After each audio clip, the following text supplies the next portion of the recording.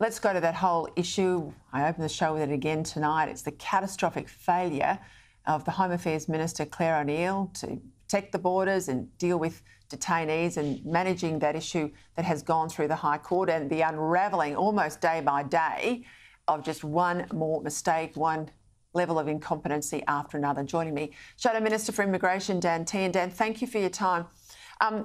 I want to start with some of the stuff that happened in the Parliament today. You pointedly asked Andrew Giles about reports that you had picked up from Al Jazeera that the Malaysian hitman convicted for murdering a pregnant woman, blowing up her body.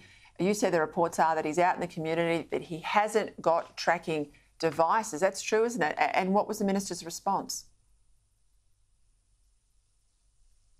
Asked him whether that was true or not, and he couldn't answer the question, and he said he hadn't heard those reports.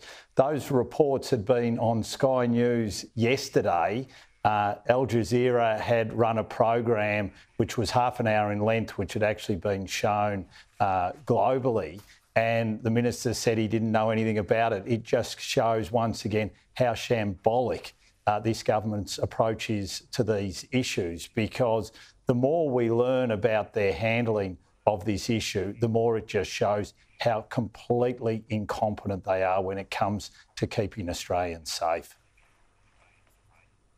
I made the point at the top of the show, I think it was pretty low of the minister, pretty desperate of the Minister, Claire O'Neill, to try and say, you know, she's had her hands on this issue now as Minister for 18 months and it's been stuff up after stuff up, but to try and say that the only reason this High Court applicant, the child rapist, NZYQ, was even in Australia was Peter Dutton's fault. But of course he came under the Rudd-Gillard era inside one of those boats that landed. 50,000 people came under their watch. It's not Peter Dutton's fault though, is it? It's not, and it's completely false, and they should be ashamed. And if you want to use logic along those lines, then the person who is most to blame is the Prime Minister, who voted for the type of border protection policies that led to 50,000 illegal migrants arriving by boat in this country. That's the reason why this individual is in the country. So Anthony Albanese, Tony Burke, Tanya Plibersek and all those members of that Rudd-Gillard government disaster when it came to border protection are the ones who should hang their heads in shame. But as we have said all along, Peter, and this is the really important point, it's not about what has happened previously, and that's why we haven't dragged that up.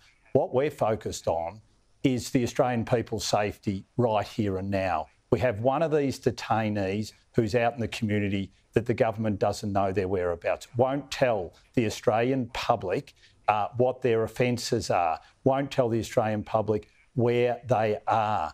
There is three others who we're not quite clear where they are or what they're doing, whether they're being monitored or not. This whole thing is just a disaster from woe to go. Dan, I'm told you've got a division you're going to have to go. There you go. I can see looking out the corner of your eye. Thank you.